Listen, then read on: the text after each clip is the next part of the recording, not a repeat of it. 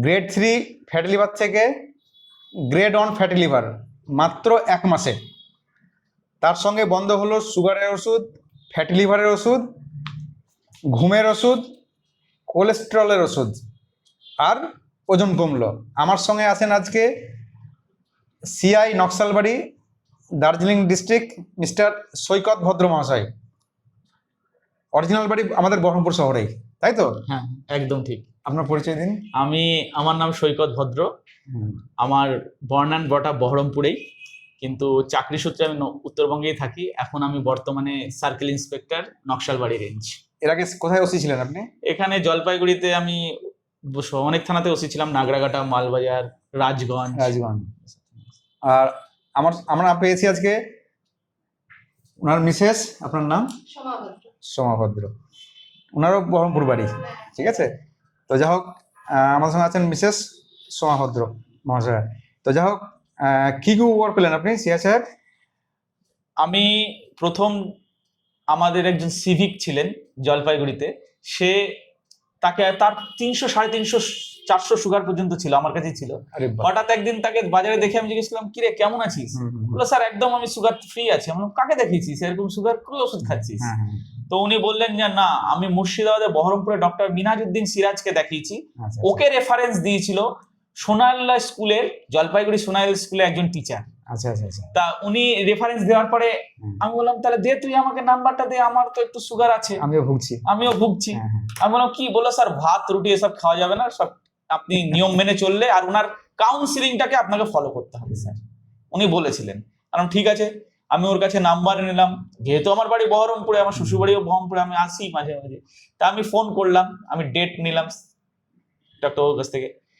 আমি এলাম, এসে আমার যে দেখালাম, আমার সুগারের ওষুধ খেতাম, কোলেস্টেরলের ওষুধ খেতাম, ঘুম তো আমাদের হতোই না, ইনসোমনিয়াতে ভুগতাম, রাতে ঘুমের ওষুধও মাঝে মাঝে খেতাম, ফ্যাটি লিভারের ওষুধ খেতাম। ফ্যাটি লিভারটা আমার খুব গ্রেড 3 ছিল, এবং ডক্টর বলেছিল এরপরে সিরোসিস হয়ে যাবে।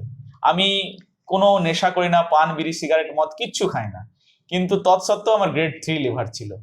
তা আমি তো এই নিয়ে একটু চিন্তা ছিল, আমার মিসেসও একটু চিন্তিত ছিল। তা আমি এলাম ডক্টর বাবুর কাছে দেখাতে। তা উনি দেখলেন, আমার খুব একটু তাড়াতাড়ি ছিল তখন, আমি বলছিলাম যে আমি একটু তাড়াতাড়ি বেরিয়ে যাবো, আমাকে ফিরতে হবে। তখন বললো, আপনাকে কাউন্সিলিং কিন্তু যদি অ্যাটেন্ড না করেন তাহলে তেমন কোনো উপকার পাবেন না। তা আমি কাউন্সিলিংটা 2 ঘন্টা আমি শুনলাম। আমি মানে সত্যি কথা বলতে কি, আমি যা জানতাম এতদিনে সব ভুল জানতাম, সব উল্টো জানতাম। ডাক্তারবাবুর কাছে আমি এলাম, আমাকে কাউন্সিলিং, আমি একদম পিন ড্রপ সাইলেন্সের মতো আমি কাউন্সিলিংটা শুনলাম। কাউন্সিলিং শোনার পরে আমি ওনার এখান থেকে গেলাম, বাড়িতে গিয়ে আমি নিয়ম পালন করলাম গত মাসের 12 তারিখ থেকে, মার্চের এই মানে ফেব্রুয়ারির 12 তারিখ, ফেব্রুয়ারির 12 তারিখ আমাকে বলেছিল আপনাকে হাঁটতে হবে 1 ঘন্টা টাইম বের করে। আমি এনে হাও আমি টাইম বার করে 1 ঘন্টা হাঁটতাম। প্রথমে 1 ঘন্টায় 5 কিলোমিটার হাঁটতাম, তারপর এটাও আমার কাছে কম মনে হচ্ছে, এনার্জি লেভেল এতটা বেড়ে গেছে। আমি দেখুন ডক্টরবাবুর নিয়মে ভাত রুটি কার্বস জাতীয় জিনিস কিছু খায় না, কিন্তু সবাই বলেছিল সিআই সাহেব আপনি মাথা ঘুরে পড়ে যাবেন, এই হবে ওই হবে, হ্যাঁ, আর আপনি কোথায় গিয়েছেন, আপনি মরে যাবেন, অনেক কথা, ভুলভাল জায়গা, কোন ডাক্তারবাবু থেকে আপনাকে শেষ করে দিবে। হ্যাঁ, কিন্তু আমি তাদের কথায় কর্ণপাত না করে আমি ডাক্তারবাবুর প্রেসক্রিপশনে যা উনি আমাকে দিয়েছিলেন তাই অনুযায়ী খাচ্ছি।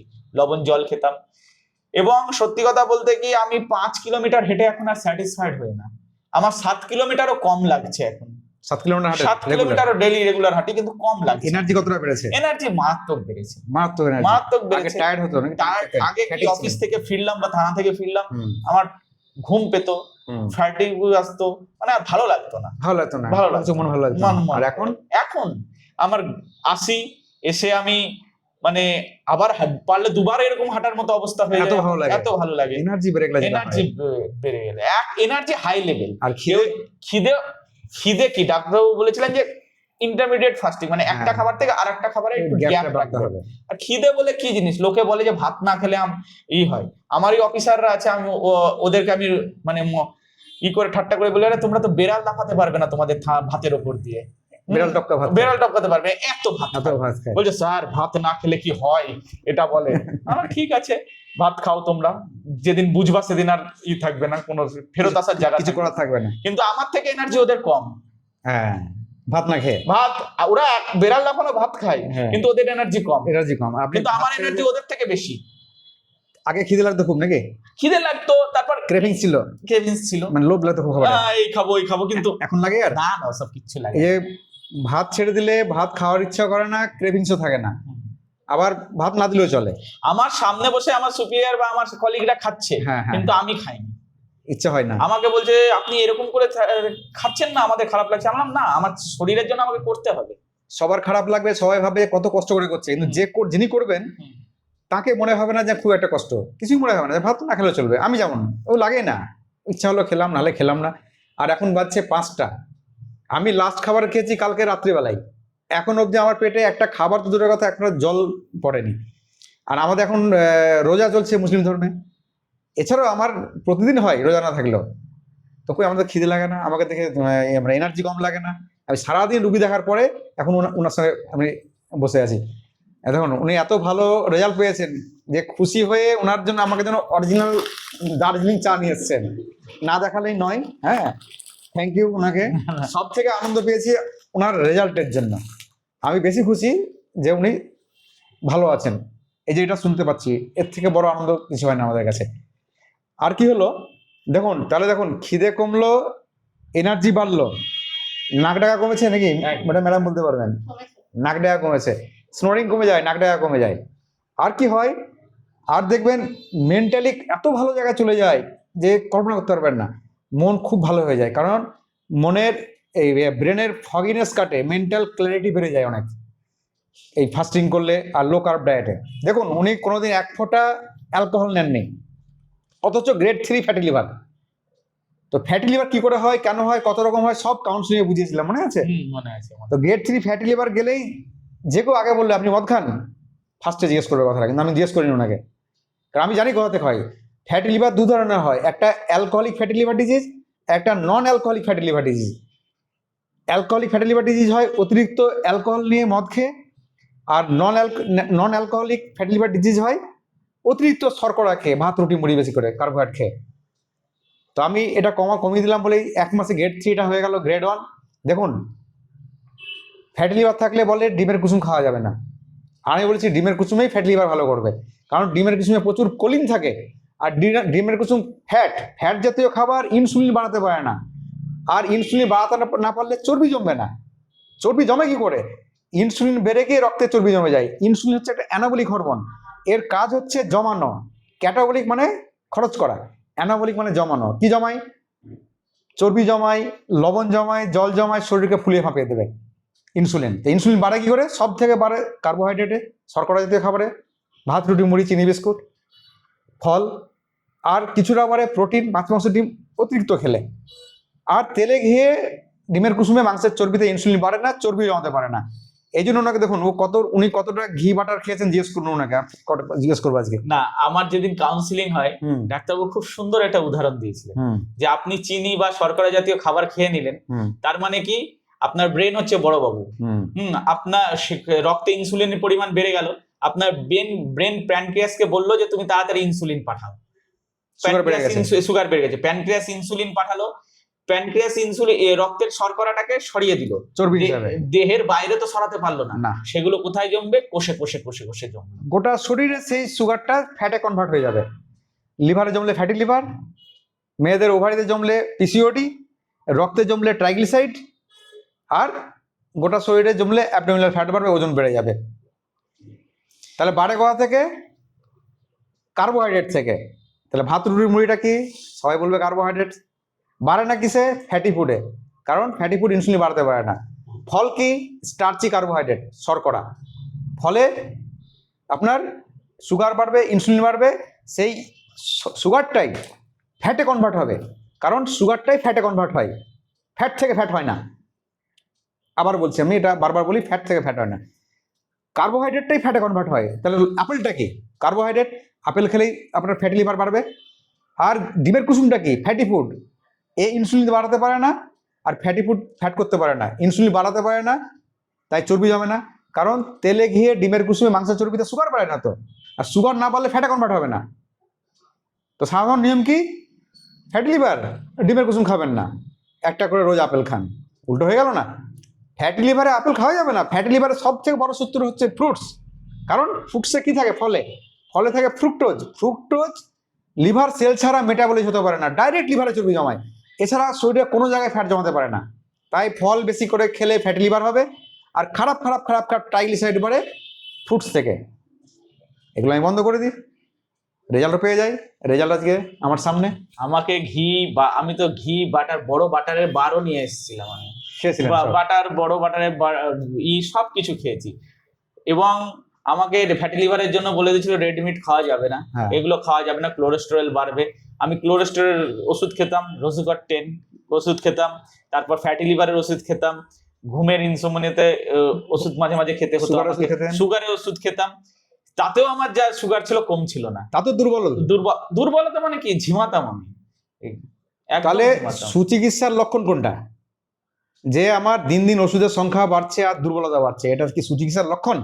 কোনোদিনই না। সুচিকিৎসার লক্ষণ হচ্ছে ওষুধের সংখ্যা কমবে বা এনার্জি বাড়বে, যেটা উনি পেয়েছেন।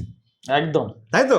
আমি একটা কথাই বলবো, মানে যারা সুগারের রোগী, এটা কোনো আমার কাউকে আমি মানে করছি না, কিন্তু যাদের সুগারের রোগী, ভেবে দেখা উচিত একবার। আমার মতে একটাই কথা, যদি এই সুগার থেকে সুস্থ হতে হয়, আপনি ডাক্তারবাবুর কাছে কনসাল্ট করতেই হবে। না, আমি এটা বলবো, কারণ হচ্ছে কি, আমি নিজে উপকৃত হয়েছি। আমার যে এই যে ফিগার দেখছেন এরকম, এটা ছিল না, এরকম ভুঁড়ি ছিল। এছাড়া হ্যাঁ, অনেক বড় পেট ছিল। আর যেই আপনি এই নিয়মগুলো মানতে লাগবেন, দেখুন ফ্যাট ঝরে পালিয়ে যাবে। আর হ্যান্ডসাম, এমনিতে উনি বরাবরই হ্যান্ডসাম, আরো হ্যান্ডসাম হবেন আস্তে আস্তে। এমনি দেখবেন কি ফিগার হয়ে যাবে আস্তে আস্তে, যা পোশাক পরবেন তাই মানাবে। আর সত্যি কথা বলতে কি, সুগার ওষুধ, ইনসুলিন শরীর থেকে সুগার বার করতে পারে না। সুগারের শুধু স্থান পরিবর্তন হয়। সুগারের ওষুধ নিয়ে নিলেন, ইনসুলিন নিয়ে নিলেন, সুগারটাকে রক্ত থেকে কোষে পৌঁছে দিল, মাংসপেশিতে। কিডনি কি দিয়ে তৈরি? টিস্যু কলার কোষ মাংসপেশিতে তৈরি। কিডনি ড্যামেজ হবে, সুগার রোগীর কিডনি খারাপ হয় না? কেন হয় বুঝতে পারলেন এবার? আজকে একটা পেশেন্ট দেখলাম আমি, কুচবিহার থেকে এসেছিলেন। অক্টোবর থেকে পা পচতে শুরু করেছে, ডায়াবেটিক ফুট আলসার, বলছে পাটা কেটে ফেলতে হবে। আমি দেখলাম 1 মাস, আজকে দেখি পা শুকিয়ে গেছে, একদম ড্রাই। কারণ সুগারটা কোথায় গেছে? টিস্যু কলাতে গেছে। তাহলে আমার পায়ের মাংসপেশিটা কি দিয়ে তৈরি? টিস্যু কলা দিয়ে তৈরি, কোষ দিয়ে তৈরি। ওখানে সুগার ঢুকে গেছে, এবার খোঁচাখুচি লাগলে ওখানে ঘা হয়ে যাবে। সুগার তো শরীর থেকে বেরোয় না, খালি স্থান পরিবর্তন হয়। কয়েকটা সুগারের ওষুধ ছাড়া বেশিরভাগ সুগার ওষুধই শরীর থেকে সুগার বার করতে পারে না। তাও যে সুগার ওষুধ শরীর থেকে সুগার বার করে পেচ্ছাপের মাধ্যমে, সেটা আবার ইউটিআই বা পেচ্ছাপে ইনফেকশন করে 12টা বেজে যায় অনেক সময়। তো সুগারের ওষুধ শরীর থেকে সুগার বার করতে পারে না। একদিন বন্ধ করে দেখুন, তারপরের দিন সুগার হাই হয়ে যাবে। তো শরীর থেকে যদি সুগার বেড়ে যেত, তাহলে একদিন সুগারের ওষুধ, ইনসুলিন বন্ধ করলে সুগার কোনোদিন হাই হতো না, সবথেকে বড় প্রমাণ। আর শরীর থেকে সুগার বেরিয়ে গেলে ওষুধই বন্ধ হয়ে যেত সুগারের। বন্ধ করে দেখুন একবার, কি ফল হবে বুঝতে পারবেন, কত ধানে কত চাল। কিন্তু আমি কিন্তু ওষুধ বন্ধ করে দিয়েছি। তারপরে ভালো আছেন? একদম, একটা ওষুধ আমি 1-1.5 মাসে, cholesterol, fatty liver, sugar, total ডাক্তারবাবু বলেছিলেন যেদিন আমার নিয়ম মানবেন সেদিন থেকে সব ওষুধ বন্ধ। দেখুন, হ্যাঁ, এবং সব ওষুধ বন্ধ করে আজকে স্টিল নাও আমি আছি, এবং আমার সমস্ত কিছু নর্মাল। দেখুন উনি আসলেন 9 ফেব্রুয়ারি আমার কাছে 2025-এ। তখন সুগার ওষুধ খেতেন, সুগার ছিল খালি পেটে 123, আর 17 হয়ে গেল 98 সুগারের ওষুধ ছাড়া। রিপোর্টে কথা বলবে, তাই তো? আর ট্রাইগ্লিসাইড ছিল 198। এত ঘি, বাটার, ডিমের কুসুম খেয়ে, খাসি মাংস খেয়েছেন? খাসি মাংস খেয়েছি, খাসি চর্বি সমেত খেয়েছেন? চর্বি সমেতই খেয়েছি। সেটা খেয়ে 198টা হয়ে গেল 178। এটা আরো ভালো কমে। যা হোক, কোনো ত্রুটি আছে হয়তো, এগুলো কারেকশন করে দিলাম, কমে যাবে আরো। আর এছাড়া উনি যা হেকটিক লাইফ, ওনার ডিউটি তো করতেই হবে, রাত জাগতে হয়, খাবার টাইম ঠিক মতো পান না। এত ব্যস্ততার মধ্যে যে উনি এই নিয়মগুলো করতে পেরেছেন, এই জন্য ওনাকে স্যালুট জানানো উচিত। আমরা ঘরে বসে করতে পারি না অনেকে। আমি একটা কথা বুঝে গেছি, যে ওষুধ খেয়ে শরীর যত বয়স বাড়বে ওষুধের পরিমাণ বাড়বে। আর ওষুধ খেয়ে, ডাক্তারবাবু বলেছিলেন এগুলো মেটাবলিক ডিজিজ, এগুলোতে একমাত্র ওষুধে হবে, এগুলো খাওয়ার মাধ্যমেই কমবে। মেটাবলিক ডিজিজ ওষুধে ভালো হবে না। মেটাবলিক ডিজিজ খাবার কন্ট্রোল করেই ভালো হয়, লাইফস্টাইল মডিফিকেশন করে ভালো হয়। এই জন্য আমরা ভেলোর ব্যাঙ্গালোর প্রেসক্রিপশন লেখা পাই, লাইফস্টাইল মডিফিকেশন। এই লাইফস্টাইল মডিফিকেশন বোঝাতে আমার 2-2.5 ঘন্টা টাইম লেগে যায়। এটাই তো বোঝাই আমি, এটাই আমার কাজ। কি করি? এটা হচ্ছে ন্যাচুরোপ্যাথি, ন্যাচারালি মানুষকে সুস্থ করতে পারি। দেখুন, উনি ওষুধ খাচ্ছিলেন টাইম টু টাইম, দীর্ঘদিন ধরে ওষুধ খেয়ে ওষুধের সংখ্যা বাড়ছিল, আবার দিন দিন দুর্বলতা বেড়ে গেছিল। আর মাত্র 1 মাসের মধ্যে দেখুন এনার্জি কোন জায়গায়, যে 5 কিলোমিটার হেঁটে পোষায় না, এখন 7 কিলোমিটার হাঁটতে ইচ্ছা করছে। ওটাও কম লাগছে, ওটাও কম লাগছে এখন। ওটাও কম লাগছে। এটা হচ্ছে এনার্জি বেড়ে যাওয়ার লক্ষণ। আর সুগারের সব প্রথম লক্ষণ কি জানেন? সুগারের সব প্রথম লক্ষণ, সুগার টেস্ট করলে হয়তো পাবেন না, প্রি ডায়াবেটিক স্টেজ, সব প্রথম লক্ষণ হচ্ছে আস্তে আস্তে আস্তে দুর্বল হয়ে যাওয়া আর অ্যাবডোমিনাল ফ্যাট, পেটের চারপাশে চর্বি জমতে থাকা। এটা হচ্ছে সুগারের সব প্রথম লক্ষণ। তখন মানুষ বুঝতে পারে না, যখন সুগারটা প্রকাশ পায় তখন বুঝতে পারে। ওই জন্য ওনার দুর্বলতা ছিল। আর এখন বডি কারেকশন হয়ে গেছে, সুগার 98 নেমে গেছে, এখন এনার্জি বেড়ে গেছে। আর প্রচুর ত্বকের জেল্লা বাড়ে, আমার নিয়মে স্কিন গুলো বাড়ে, বেড়েছে তো? একদম বেড়েছে। একদম। তো কি খেয়েছেন একটু বলে দিন, অনেকে তো জানতে চাইবে যে কি খেলেন যে এত খাবার নিয়ে বললেন না, তাই বলবে। ডক্টরবাবু যেটা বলেছিলেন, কফি খেতে, কফি খেয়েছি, সবজি প্রচুর পরিমাণে খেতে, আমি তো মানে বাজারে গিয়ে সমস্ত সবজি কিনে নিয়ে চলে আসতাম, সবজি খেতাম পর্যাপ্ত পরিমাণে, আমার মিসেস বানিয়ে দিত, আর কোনো কোনো সময় আমি যখন না থাকতো আমি বানিয়ে নিতাম। সবজির পরে আমি সবজি খেতাম, ঘি বাটার খেতাম। আমার এখন চর্বি খাওয়ার শখ তো সবার হয়। এই এক মাসে আমি ডাক্তারবাবুর কে মানে ঢাল করে আমি মিসেসকে দিয়ে চর্বি মাংসের মধ্যে মিশিয়ে এনে খেয়েছি। ক কিলো কিনতে হয়েছে? 1.5-2 কিলো তো কিনতামই আমার ছেলে আর আমি। আগে তো চর্বি খেতে পারতাম না, ডাক্তারবাবুকে ঢাল করে আমি চর্বি খেয়েছি। ভালোই খাই। ডিম, মর্নিং এ ডিম। অতিরিক্ত শর্করা কমিয়ে দিলে ঘি বাটার খেলে, খাসির মাংস চর্বি খেলে কিচ্ছু হবে না। ডিম, কারণ হ্যাঁ, শর্করাও খাবেন অতিরিক্ত, আবার এক্সট্রা ঘি বাটার ডিমের কুসুম খাবেন, চর্বি খাবেন, খাওয়া যাবে না। তাহলে কি হয়, ওই ফ্যাট আর গ্লুকোজ মিলে হবে গ্লাইকেশন, আর গ্লাইকেশন হলেই শরীরের ক্ষতি করে, হার্টের ক্ষতি করে। আর আপনি কার্বোহাইড্রেট বন্ধ করে খান, কিচ্ছু হবে না। আর আপনি কাদের জন্য এক্সট্রা ফ্যাট নিছেন? যারা অতিরিক্ত ভাত, রুটি, মুড়ি, কার্বোহাইড্রেট খান, চিনি খান, বিস্কুট খান, গাদা গাদা ফল খান, তাদের জন্য ঘি বাটার ডিমের কুসুম নয়। বুঝতে হবে তো এগুলো, বোঝা গেল? তাই এগুলো, এটাই হচ্ছে লেটেস্ট সায়েন্স, এটা হচ্ছে আধুনিক বিজ্ঞান। কারণ এই নিয়ে আমাকে অনেকে উপহাসও করেছে, কিন্তু উপহাস করলে হবে না, রেজাল্ট কথা বলবে। আমার রেজাল্ট মানে টেস্ট আমার কথা বলছে যে কি আমি পেয়েছি মাত্র 1 মাস। দেখুন, ওনার আমি বলেছিলাম যে ইনসুলিন বেড়ে গেলে এগুলো হবেই। ইনসুলিন বেড়ে গেলে কি হয়, ওজন বেড়ে যায়, ফ্যাটি লিভার হবে, খারাপ কোলেস্ট্রল ট্রাইগ্লিসাইড বাড়বে, টাইপ 2 ডায়াবেটিস হবে, তারপরে মেয়েদের পিসিওডি হয়, অতিরিক্ত গ্যাস অম্বল হয়, তারপরে হচ্ছে আপনার প্রায় 30খানা মতো মেটাবলিক ডিজিজ হয়, high pressure, heart block, brain stroke, even cancer. আর ইনসুলিন যেই কমে যাবে এগুলো পালিয়ে যাবে। দেখুন উনি যেদিন আসে আমার কাছে, ওনার হোমা আয়ার টেস্ট করেছিলাম। হোমা আয়ার টেস্ট না করলে আপনি ওনার শারীরিক কন্ডিশন বুঝতে পারবো না। হোমা আয়ার যদি 0.5 থেকে 1.5-এর মধ্যে থাকে, তাহলে যে আপনার কোষ ফাঁকা, রোগ হবে না। আর হোমা আয়ার ওনার ছিল 7.9, অনেক হাই ছিল। আর হোমা আয়ার পরীক্ষা করতে গিয়ে আমরা 8টা টেস্ট রিপোর্ট পাই। ফাস্টিং ইনসুলিন যদি 5-এর নিচে থাকে তাহলে রোগ থাকবে না। ওনার ছিল 25, তাহলে এমনি রোগ ছিল। কেউ ইনসুলিন সম্বন্ধে কেউ ধারণা দেয় না, ইনসুলিন নিয়ে তো মাথা করে না, ইনসুলিন চিকিৎসা করে। মেন রোগের গোড়া হচ্ছে অতিরিক্ত ইনসুলিন। আর ইনসুলিন যতদিন বেড়ে থাকবে, জীবনে কোনোদিন sugar, pressure, cholesterol, thyroid, uric acid, fatty লিভারে ওষুধ বন্ধ করতে পারবেন না, কাজ হবে না। আপনি ইনসুলিন স্বাভাবিক করে দিন, ওষুধ দিয়ে দূরের কথা, ডাক্তারই লাগবে না। দেখুন ওনার ইনসুলিনটা 1 মাসে 25 থেকে হয়ে গেল 18, আর হোমা আয়ার 7.9 থেকে হয়ে গেল 1 মাসে 5.3। এটা কমেছে বলে তো রেজাল্ট পাচ্ছেন। ট্রাইগ্লিসাইড কমলো, ফ্যাটি লিভার গ্রেড 3 থেকে গ্রেড 1 হয়ে গেল, ওজন কমেছে 6 কিলো, 6 কিলোর মতো, 6 কিলো ওজন কমেছে 1 মাসে। তা সবাই বলে চর্বি খেয়ে ওজন বেড়ে যায়, তাহলে এত ঘি, বাটার, ডিমের কুসুম, খাসির মাংস গেল কোথায়? যেটা অ্যাকচুয়াল ডাক্তারবাবু চর্বি থেকে চর্বি হয় না, হ্যাঁ 6টার মধ্যে 6টা বা 7টার মধ্যে খাওয়া, সেটা আমাদের চাকরিতে সম্ভব না। এর জন্যই এই রেজাল্টটা এসছে, না হলে এটা আরো ভালো, আরো মিরাকেল রেজাল্ট হয়, অসাধারণ রেজাল্ট। আমরা অনেক রেজাল্ট দেওয়া আছে, দেখবেন এর আগে আরো 137 খানা ভিডিও দেওয়া আছে আমার ফেসবুক, ইউটিউবে দেখে নেবেন। আমার গ্রেড 3 ফ্যাটি লিভার নর্মাল করা ভিডিও দেওয়া আছে, আমার ট্রাইগ্লিসাইড 2325-এর ভিডিও দেওয়া আছে, 1876-এর ভিডিও দেওয়া আছে, 1125-এর ভিডিও দেওয়া আছে, 3-4খানা ট্রাইগ্লিসাইড কমানোর ভিডিও দেওয়া আছে, সুগার 4 দিনে, 5 দিনে, 6 দিনে, 7 দিনে নর্মাল করা ভিডিও দেওয়া আছে, দেখবেন বহু ভিডিও দেওয়া আছে। এটা উনি নতুন নয়, এ আমার কাজ, এটা বহুদিন ধরে করি আমি এগুলো, বোঝা গেল? আর হই করে করি, ঘরে কোনো লুকিয়ে করি না, সব ফেসবুক দেওয়া আছে, সোশ্যাল মিডিয়া দেওয়া আছে আমার। গোটা পুরো ভারতের রুগী আমি এই বহরমপুরে বসে দেখি, ত্রিপুরা, আসাম, এদিকে উড়িষ্যা, ঝাড়খণ্ড, তারপরে পশ্চিমবঙ্গের এমন একটা ব্লক নেই যে ব্লকের রুগী দেখি না। কেন? রুগী ভালো হলে ডাক্তার ওকে খুঁজে নেবে। আমরা বলি না যে মানুষ পিপাসা পেলে জলের গায়ে যায়, এক্সাক্ট সেটাই। আর ভেলোরের নাম কে জানতো? কেন ভেলোর বিখ্যাত? অসাধারণ চিকিৎসা হয়। ওই জন্য বললাম যে কেন আমাদের কাছে আমরা সুস্থ হচ্ছে মানুষ, আমরা রেজাল্ট দিতে পারি। আর মানুষ আমাদেরকে পরীক্ষা করুক, আমি চাইছি আমরা চ্যালেঞ্জ করুন আমাকে, আমি তো রেডি সবসময় চ্যালেঞ্জ মানে আপনাদের অ্যাকসেপ্ট করার জন্য, যে রেজাল্ট কি করে দিতে হয় আমরা জানি আমরা, তাই তো নাকি? একদম। আমি একটা কথা বলবো, আমি রেজাল্ট পেয়েছি এবং আমাকে আরো 2 মাসের রেস্ট্রিকশন উনি দিলেন। এই 2 মাস পর আসবো, 2 মাস পরে আমি আবার একটা ডাক্তারবাবুকে অনুরোধ করবো আমার ক্রস ভিডিও দিতে। হ্যাঁ, কতটা কতটা কোনো কমেছে? অসুবিধা নেই, দিয়ে দেবো। আমি 2 মাসেই কমিয়ে দেবো, এটা 1 মাসে কমেছে। নিয়ম মানতে পারলে রেজাল্ট পেতে বাধ্য, 100% রেজাল্ট পাবেন।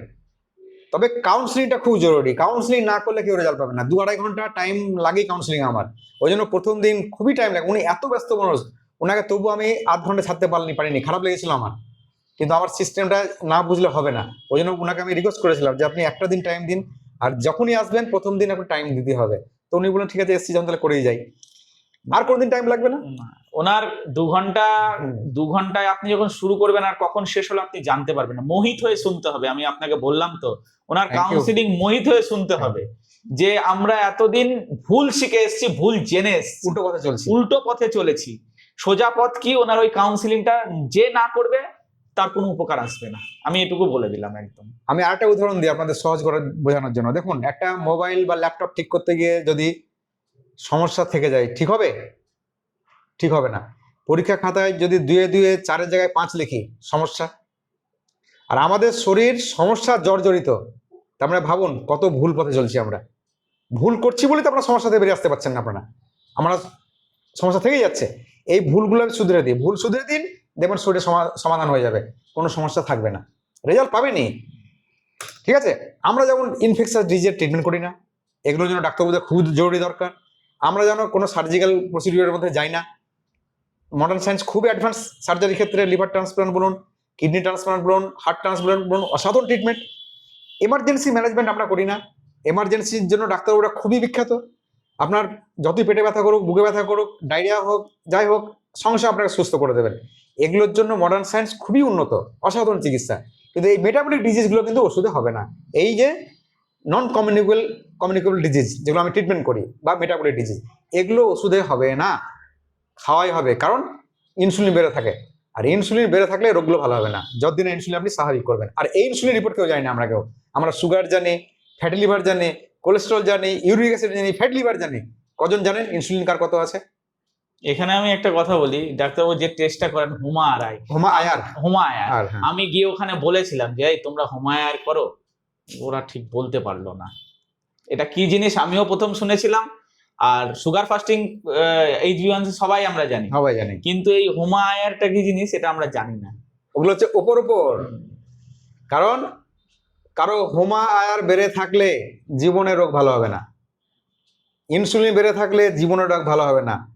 যতই সুগারের ওষুধ খান, লিভারের ওষুধ খান, কোলেস্ট্রল ওষুধ খান, সারা জীবন খেতে হবে প্রেশারের ওষুধ আর এগুলো ওষুধ।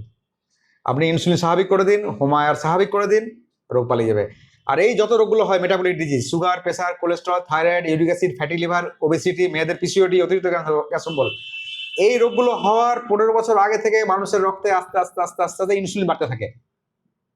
আমরা 15 বছর আগে ধরে ফেলবো যে আপনার ভবিষ্যতে অসুখ বিসুখ হবে কিনা।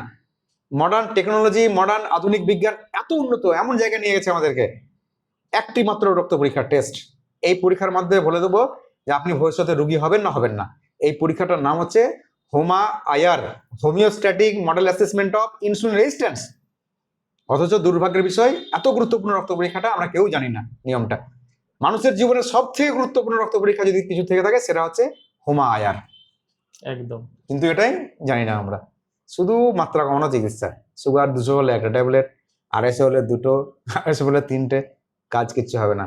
যতদিন ইনসুলিন বেড়ে থাকবে ওষুধে কিছু হবে না। ইনসুলিন স্বাভাবিক করে দিন, পালিয়ে যাবে।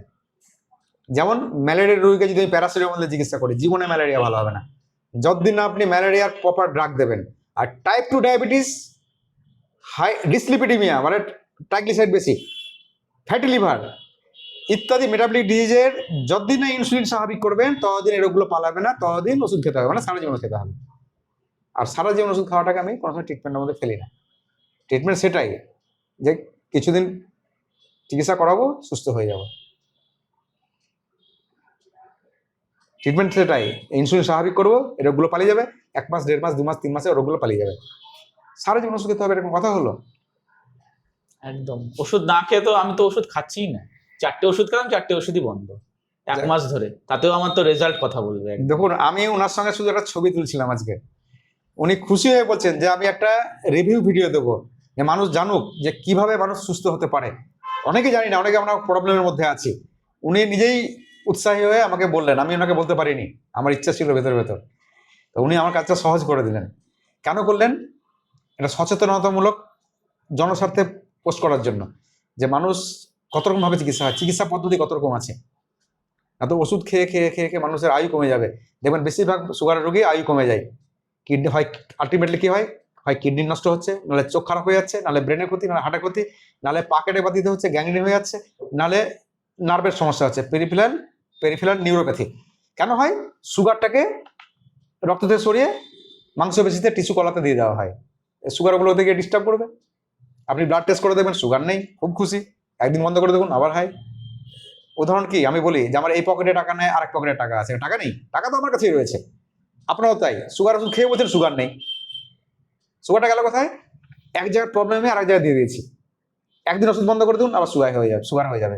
সব সুগার শরীরে ঢুকে আছে আপনাদের। খালি ওষুধ বন্ধ করে দেখুন না একবার, বুঝতে পেরে যাবেন। একদম। আর দেখুন, উনি ওষুধ বন্ধ করে টেস্ট করেছেন আজকে, যে 98 সুগার কাকে বলে, সুগার কাকে বলে দেখুন। আর আগামী দিনে আরো ভালো থাকবে, আর প্রচুর ত্বকের জেল্লা বাড়বে, এনার্জি বাড়বে, আর সমস্ত ভালো ভালো হরমোনগুলো বাড়তে লাগবে আমাদের, আর কনফিডেন্স বাড়বে, মনে ফুর্তি আসবে, একদম ব্রণ কমে যাবে, সব কমে যাবে। দেখুন, কনফিডেন্স বেড়েছে এবং এনার্জির লেভেল তো, মানে আমাকে অনেকে বলেছিল আরে কার্বোহাইড্রেট খাচ্ছেন আপনি, শক্তি পাবেন কোথা থেকে? মরে যাবে, দুর্বল হয়ে হ্যাঁ, যাবে। দুর্বল হয়ে পড়ে যাবেন মাথা ঘুরে। তা আমি একটাই কথা বলি, তাদের থেকে আমার বেশি এনার্জি আছে। একটা উদাহরণ দেবো, গরু ভাত খায় দুর্বল, গন্ডার ভাত খায় দুর্বল, মোষ ভাত খায় দুর্বল, গরুর বাচ্চা ভাত খায়, ও তিরিং করে লাফাতে পারে না। ভাত খায় কারা? মানুষ। দুর্বল কারা? মানুষ। তো ভাত খেয়ে দুর্বল হয় না মানুষ, ইয়ে হয় শক্তিশালী হয়? কোনটা হয়?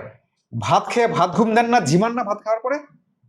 তো এটা কি শক্তিশালী করা খাবার, না ঝিমুনি করা খাবার, মানে দুর্বল করা খাবার? ভাত রুটি মুড়ি কাদের প্রয়োজন? যারা প্রতিদিন রিক্সা চালায়, যারা পাহাড়ে গাঁইতি নিয়ে পাথর কাটছে, যারা কোদাল নিয়ে মাঠে মাটি কাটছে, তাদের ভাত প্রয়োজন, ইনস্ট্যান্ট গ্লুকোজ প্রয়োজন। আর আমরা যারা সারাদিন বসে থাকি, সেডেন্টারি লাইফ স্টাইল যাদের, তাদের ভাত দরকার? কে বলেছে ভাত দরকার নেই। ভাত দরকার তাদেরই যারা এই ক্যালোরিটাকে ভাতের পুড়িয়ে ফেলবে। অস্বীকার তো করি না আমি, আমাদের দরকার নেই, কারণ আমাদের বসে বসে চেয়ার টেবিলে কাজ, ডেস্কে কাজ সারাদিন। একদম বোঝা গেল কাদের ভাত দরকার নেই। দেখুন, হাতি, ওয়ার্ল্ডের স্ট্রংগেস্ট অ্যানিমাল বলা হয় এলিফ্যান্টকে, হাতিকে, পৃথিবীর সবচেয়ে শক্তিশালী ভাত এই হাতি। প্রচুর ভাত খায় নাকি? না বিরিয়ানি খায়? কি খায়? লতা পাতা। মানে এরা কার্নিভোরাস, সরি এরা হচ্ছে হার্বিভোরাস, এরা তৃণভোজী। আর বাঘ সিংহ দেখুন মাছ মাংস খায়, কার্নিভোরাস। সমস্যা আছে না? দুর্বল। আর মানুষ সর্বভোগ, অমনিভোরাস, যা পায় সব খায়। আর 95% শর্করা খায়। আমাদের সুস্থ থাকতে ডেলি শর্করা দরকার 8 to 10%। আর সব সবজিতে শর্করা আছে। কোন খাবারে শর্করা নেই? মাছ মাংস ডিমে শর্করা নেই? শর্করা তো নীল করতে বলছি না, একে কমাতে হবে, অতিরিক্ত হচ্ছে। তা না করে আমরা এক একজন সকালের চামড়ি থেকে রাতের ডাল ভাত অব্দি প্রায় 95% শর্করা খাই, যেটা বডি নিতে পারছে না। তো আপনি বলুন কেমন দেখছেন, আপনার চোখে কেমন দেখছেন? 1 মাসে বিশাল পরিবর্তন হয়েছে। পরিবর্তন হয়েছে। হ্যাঁ। আগে কেমন থাকতো উনি? আগে তো ক্লান্ত, তারপর মানসিকভাবে একটু খিচিমিচি সময় এগুলোই থাকতো। ইরিটেবিলিটি ছিল, হ্যাঁ, irritable ছিল, তাই না? এটা হবেই, কেন? ব্রেনে বাজে প্রোটিন জমে যায় আস্তে চট আস্তে, করে রাগ হয়ে চট করে গিয়ে তো। হ্যাঁ, এখন দেখবেন কুল হয়ে যাবে, এত বিহেভিয়ার ভালো হবে কল্পনা করতে পারবেন না। সবার সঙ্গে বিহেভিয়ার ভালো হয়ে যাবে, কাজে মনোযোগ বাড়বে, মেন্টাল কি বলবো ক্ল্যারিটি বাড়ে, এতে কি কনসেন্ট্রেশন বাড়বে যে কোনো কাজে। কারণ ব্রেনের বাজে প্রোটিনগুলো আস্তে আস্তে আস্তে ধ্বংস হয়ে যায়, অতিরিক্ত শর্করা কমালে, অতিরিক্ত চর্বি গলিয়ে ফেললে, আর ফাস্টিং করলে। বোঝা গেল? আমার এই L4S প্রচন্ড মাজায় পেন ছিল আগে ছিল, কিন্তু এই ডক্টর বাবুর কাছে এসে আমি হাঁটার পরে, বডি ওয়েট কমার পরে, এগুলো কিছু নাই আমার কাছে এখন, নেই। সাফোকেশন হতো, কষ্ট হতো, মানে ফ্যাটে একটা ব্যাপার ছিল মনে হয়, হ্যাঁ, নিঃশ্বাসের সমস্যা হতো, সব চ্যানেলগুলো তো জ্যাম হয়ে যেত। কেন? আপনার ইনসুলিন বাড়লে লবণ জমবে, লবণ জমলে জল জমবে, ফ্যাট জমবে, সব ব্লক করে দেবে আস্তে আস্তে। এই জন্য নাক ডাকা হয়, এই জন্য সাফোকেশন হতো ওনার। অনেকের শ্বাসকষ্ট হয়, অক্সিজেনের ঘাটতি হচ্ছে, অক্সিজেনের ঘাটতি হচ্ছে। এরকম ছিল। মানে এর আমি মতো একটা ঘর ছোট্ট হয়ে যায়। উদাহরণ দিই, সেদিন আমাদের এখানে একটা জয়ন্তী গাছে আবারগানে একটা মার্ডার জয়ন্তী। হয়েছিল, হ্যাঁ, মার্ডার শুনলাম। হয়েছিল। হুম। সেখানে আমি ফোন করার পরে আমি পৌঁছালাম 2টোর সময়, ফোন করার সঙ্গে সঙ্গে আমি বেরিয়ে গেছিলাম, 2টোর সময় পৌঁছালাম। হুম। 2টো থেকে রাত্রি 11টা পর্যন্ত, আসামি ধরা পর্যন্ত হুম। আমি ওই কন্টিনিউ ওখানে ছিলাম, এক ফোঁটা বসিও নি, কোথাও নেই বসার জায়গা নেই, দাঁড়িয়ে দাঁড়িয়ে এদিকে ওদিকে। তারপরেও তো আমি ফাঁসিদেওয়া থানাতে এসে আমার মনে হলো যে আমার মানে একটু কম হয়ে গেল খাটনিটা, আর একটু হাঁটতে পারলে ভালো হতো। ওই 2টো থেকে 11টা দাঁড়িয়ে থাকার পরেও এই দাঁড়িয়ে থাকার পরে এটাই energy level, excellent. Energy level এই জায়গায় চলে গেছে আমার। আর আগে হলে ঝিমিয়ে যেতাম, মাজা ধরে বসে যেতাম, কম ব্যথা হতে, এখন কিছু আপনি হয় না। আর 5 জনের এক্সাম্পল হবেন। না, সত্যি কথা আমি বলছি তো, আর আমি এই আপনার একটা ভিডিও যে কত লোকে উপকৃত হবে তার হিসাব নেই, আর তাদের ভালো আশীর্বাদগুলো আমরা পাবো। প্রফেশনে যারা আছেন তারাও আসতে আগ্রহী। আমাদের প্রফেশনের সবচেয়ে বেশি এই রোগে এরাই ভোগে, সুগার মানে প্রেশার, কারণ কাজের খাওয়া দাওয়া টেনশন, ঠিক হয় না। খাওয়া দাওয়া ঠিক নেই, ঘুমানোর ঠিক নেই, তারপরে হচ্ছে কার্বোহাইড্রেট নির্ভরশীল খাওয়া দাওয়া, মানে আমাদের খাওয়া দাওয়াটাও ঠিক নেই তো আপনাদের এই ইয়েতে। না, আপনি বলেন না, যারা সব আছেন, প্রফেশনাল তাই। হোটেলে বাইরে খেয়ে নিল হ্যাঁ, যত। দেখুন আমাদের বয়স 50-এর উপর, কোনো ওষুধ খাই না আমরা। আমাদের বয়সী 90% লোকে হয়তো ওষুধ খাই। যেমন আমাদের sugar, pressure, cholesterol, thyroid, fatty acid, uric acid কিচ্ছু যায় না, আমরা কি জিনিস লাগে না, কারণ আমরা ইনসুলিনকে সাহায্য করে গেছি। আমাদের গত বছর এপ্রিলে রিপোর্ট দেওয়া আছে হোমা আয়ারের, ফাস্টিং ইনসুলিন আছে 5 আর হোমা আয়ার আছে 1। রোগ হবে? আপনারা করে দিন এটা রিপোর্ট, ধরো আপনারা নিজেরাই সুস্থ হয়ে পড়বেন। তবে আমি কোনো সময় ভিডিও দেখে, ইউটিউব দেখে চিকিৎসার পরামর্শ দিই না, কারণ কে সুগার ওষুধ নিচ্ছেন, কি না নিচ্ছেন, কি ইনসুলিন নিচ্ছেন তার ঠিক নেই। এগুলো আপনার ডাক্তারবাবুর পরামর্শে আপনাকে আস্তে আস্তে কমাতে হবে, নাহলে সুগার ফল করে বিপদ হয়ে যেতে পারে। আবার সুগার হাই হয়ে গিয়ে ডায়াবেটিক কিটোঅ্যাসিডোসিসও হতে পারে। তাই আমি বলবো যে সবসময় ডাক্তারবাবুর পরামর্শ মেনে করবেন, নাহলে বিপদের সম্ভাবনা হবে, চিকিৎসা বিভ্রাট ঘটবে, দোষ হয়ে যাবে আমাদের। ওই জন্য আমি কোনো সময় ভিডিও দেখে চিকিৎসার পরামর্শ দিই না, বুঝা গেল? তো ভিডিওটা শেষ করছি এখানে। একদম একদম। যাক, খুব ভালো থাকবেন, খুব ভালো লাগলো আপনাদের। ঠিক। আর যারা ভিডিওটা দেখলেন কষ্ট করে, তাদেরকে এই ভিডিওটা দেখার জন্য অসংখ্য ধন্যবাদ। কেটে দাও ওই চৌকোটা।